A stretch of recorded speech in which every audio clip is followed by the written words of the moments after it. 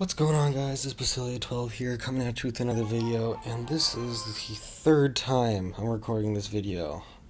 Every single time I messed up, in my outro, and also as well as on the topic I'm discussing. So today I'm gonna discuss tips on managing your elixir, and how to tell if you're at an elixir advantage or disadvantage. As well, I will go a little bit into knowing when you're in an advantage and when the right time is to go in for a nice counter push. So we're gonna watch two replays. One's gonna be a heal draft challenge, and then the other's gonna be a friendly battle against a new guy, Space Midget, who just joined our clan a few hours ago. So we're gonna jump into the first replay. We're gonna speed up past this draft part and go straight into the replay. So he's going to start off really aggressively at first. As you can see, I know he's low on elixir, and this is going to be like the entirety of his push. I know there's not really anything he can do beyond this. The reason why I didn't put anything else down to defend was because I didn't want to over defend on my push, and I wanted to keep my elixir advantage. And by keeping my elixir advantage, what I was able to do is that I knew right here he just dropped a lot of troops in order to defend, and I knew here was a good time to punish him. So I punished him because he dropped a lot of elixir on that right side, so I decided to trade towers with him. So here I know that I'm still in elixir advantage because he dropped a lot of troops that to defend my push, and didn't do so successfully, and basically had the same result as me just dropping 4 elixir and him dropping, I think, 13. So that was a good elixir whiz placement on my part. I was able to zap all those goblins. So he zaps he's gonna fireball my elixir whiz, so I know I'm at another elixir advantage right here because I already have 9 elixir down the board and he has none, as well as also me knowing that he doesn't really have much elixir to defend with. So right here, I'm sort of following up with some troops behind my musketeer because I know he's going to.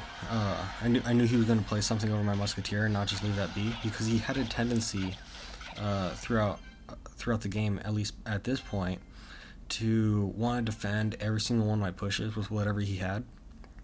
For instance, in the first case, he had 4 elixirs, so he immediately dropped down his Dark Prince, and then right when he had another 2, he dropped down his Ice Golem.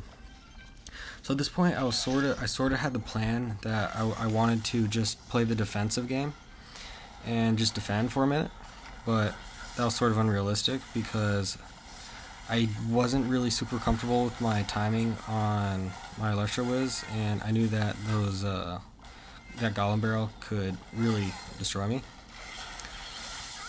So I didn't really see that was off center yet. So at this point, I sort of was expecting to lose the tower, and now I was forming a plan, and what I'm going to do now is make him spend as much elixir as possible in order to take this tower, because I don't want to give it to him for free and just give up.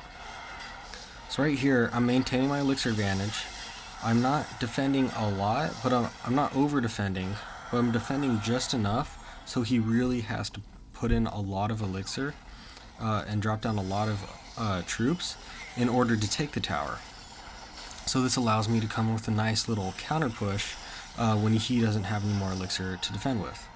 Sort of a similar philosophy in which someone drops a last minute rocket in order to go into overtime, but because they had to spend all the elixir in dropping the rocket so that they can go into overtime, meanwhile you are pushing their opposite lane. So that's going to be in the first replay. And then the second replay is going to be a little different. You're going to see me going back and forth with the elixir advantage. I sort of start off with an elixir advantage, then I sort of give it up at times, and I'll tell you why. And I was also able to recover. So you get to see a little bit of both. So this is Space Midget. I believe he's rocking. I think he's rocking several legendaries in his deck. I don't quite remember. I know he's running Lava Hound, Inferno Drag, and in replay before that, I think he was rocking almost all legendaries. So this guy has I wouldn't say it's an all uh, unique deck. It's a pretty common deck. It's when you know how to defend against it, I don't find it super difficult.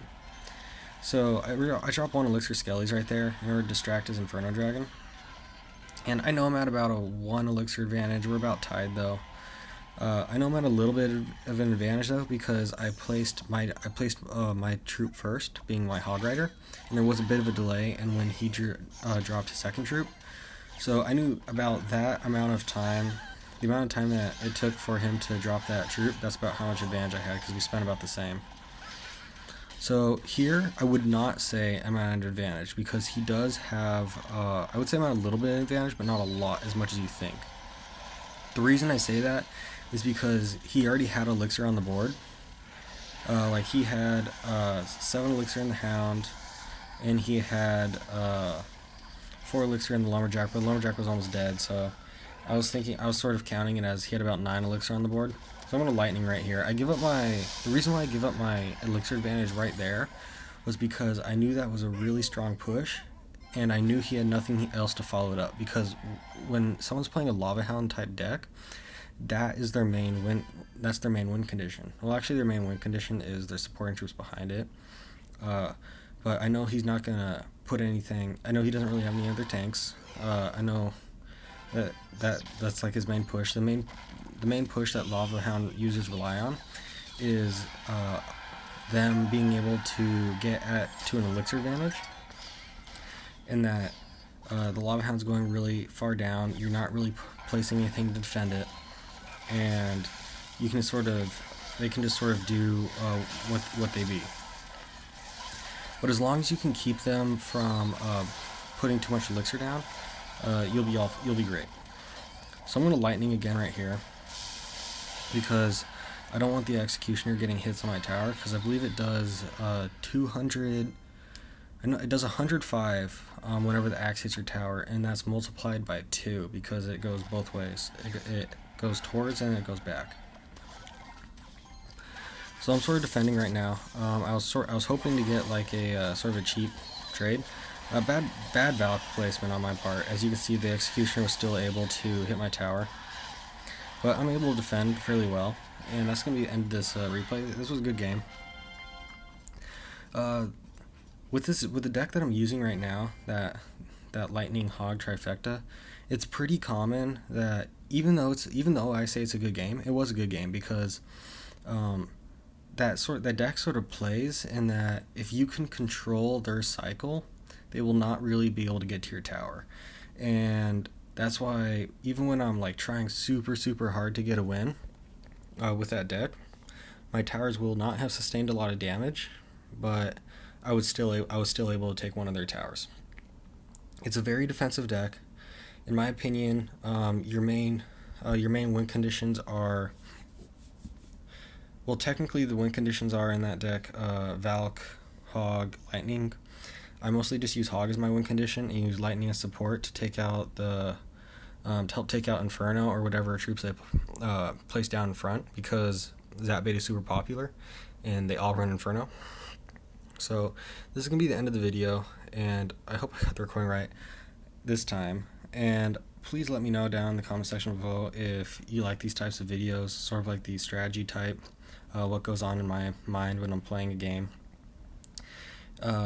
Just please let me know down in the comment section. If not, please let me know like what you'd rather see, like deck archetypes.